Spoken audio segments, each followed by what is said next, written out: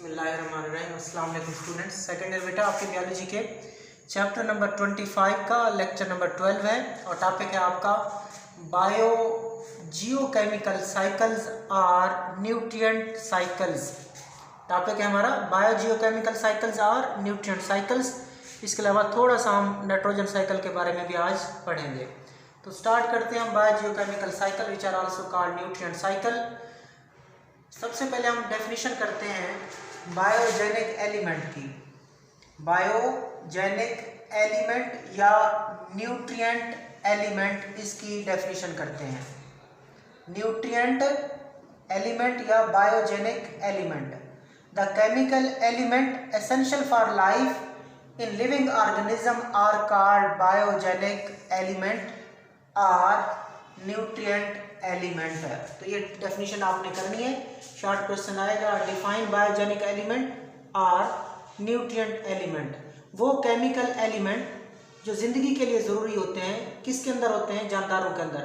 जानदारों के अंदर पाए जाने वाले वो केमिकल एलिमेंट जो जानदारों की जिंदगी के लिए जरूरी हो, उनको आप बायोजेनिक एलिमेंट या न्यूट्रिएंट एलिमेंट कहते हो। नाम से जा रहा है biogenic element.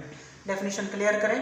The chemical element essential for life in living organism are called biogenic element, also called nutrient element।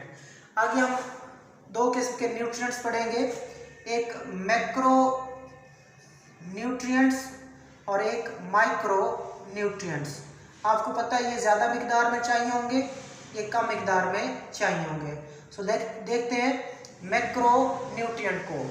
Macronutrients are element required by organism in large amount। Macronutrient ऐसे elements होते हैं, ऐसे न्यूट्रिएंट्स होते हैं जो जानदारों को large amount में चाहिए होते हैं। डेफिनेशन हो गई। Examples water, carbon, hydrogen, oxygen, nitrogen, phosphorus, sulphur and calcium. So these are the elements which are required by living organism in large amount. They are called macronutrient. Now we see the micronutrients. यहाँ पे आए हैं बेटा, ठीक हो गया, ये कम चाहिए। Micronutrients are elements required by living organism in small quantity or in trace amount. So ऐसे एलिमेंट जो जानदारों को स्मॉल क्वांटिटी में चाहिए या ट्रेस क्वांटिटी में चाहिए, उनको आप माइक्रो न्यूट्रिएंट्स कहते हो। कौन कौन से? Zinc, molybdenum, iron, iodine. ये क्या है? This zinc, molybdenum, iron, iodine, these are the elements required by organism in small quantity or in trace amount. These are called micronutrients. So आपने अभी दो शॉर्ट क्वेश्चन किए हैं। Define biogenic element or nutrient element, one short question. Other short question is write the difference between macronutrient and micronutrient. Write examples also.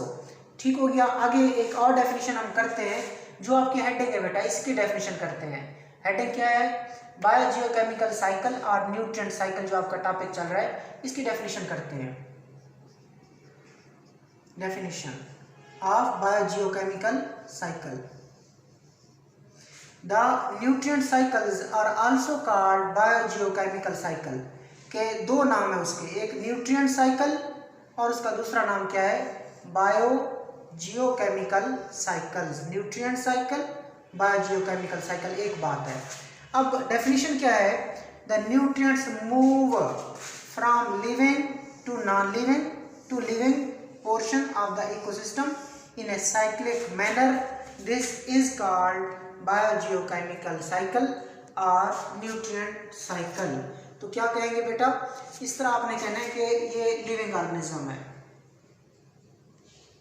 ये living organism है और ये non living organism है। नॉन लिविंग है और ये क्या है? दोबारा लिविंग है।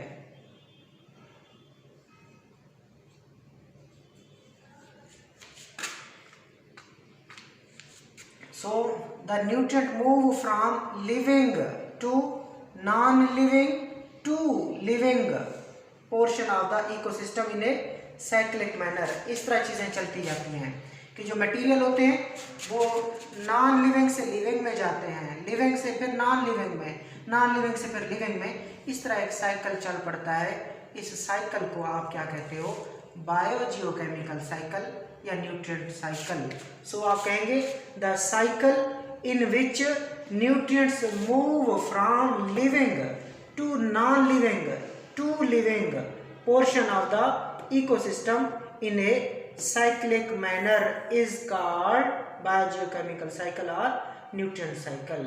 The cycle in which nutrients move from living to non-living to living portion of the ecosystem in a cyclic manner is called biogeochemical cycle.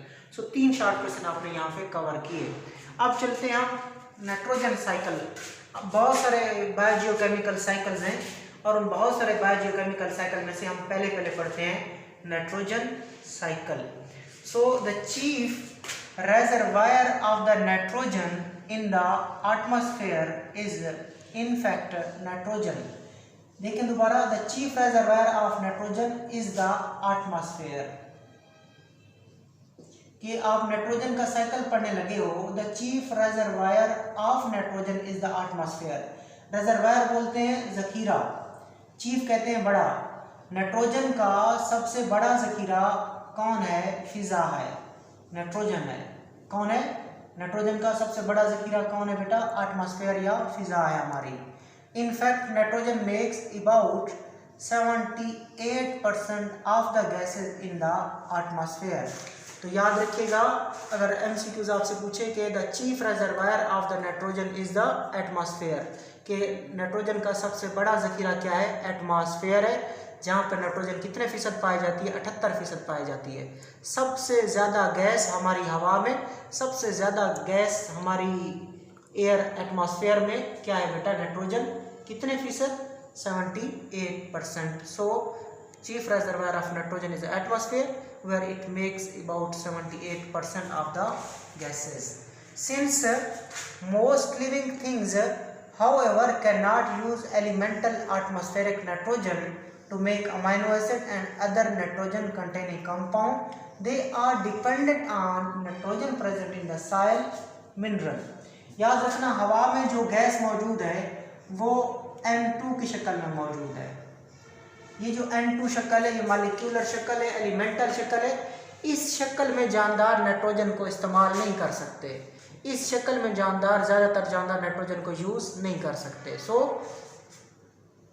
since most living thing however cannot use this elemental atmospheric nitrogen, ये जो 78% है, सबसे ज़्यादा है इस nitrogen को इस form में, ज़्यादातर जानदार they cannot use elemental atmospheric nitrogen to make amino acid and other nitrogen containing compound, कि इस नाइट्रोजन को ना ही अमाइनो एसिड में कन्वर्ट किया जा सकता है, ना ही दूसरे नाइट्रोजन कंटेनिंग कंपाउंड में कन्वर्ट किया जा सकता है।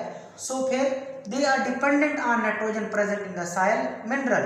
तो फिर वो जो जानदार हैं वो नाइट्रोजन कहाँ से हासिल करते हैं? सॉइल से हासिल करते हैं, जो किस शक्ल में मौजूद होती है? मिनरल की शक्ल में मौजूद होती है।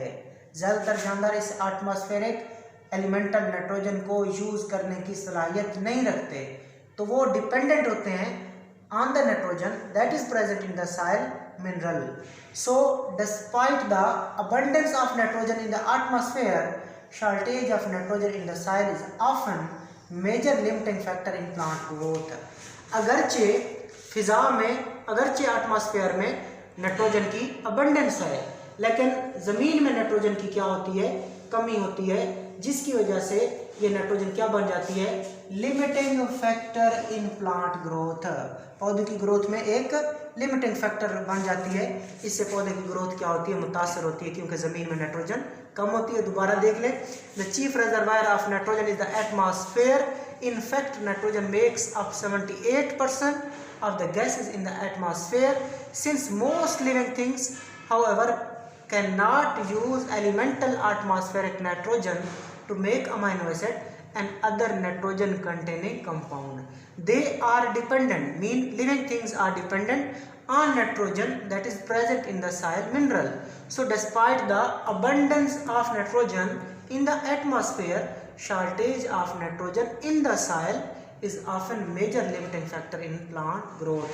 तो हम डिफाइन करते हैं, डेफिनेशन करते हैं किसकी, नाइट्रोजन साइकिल की।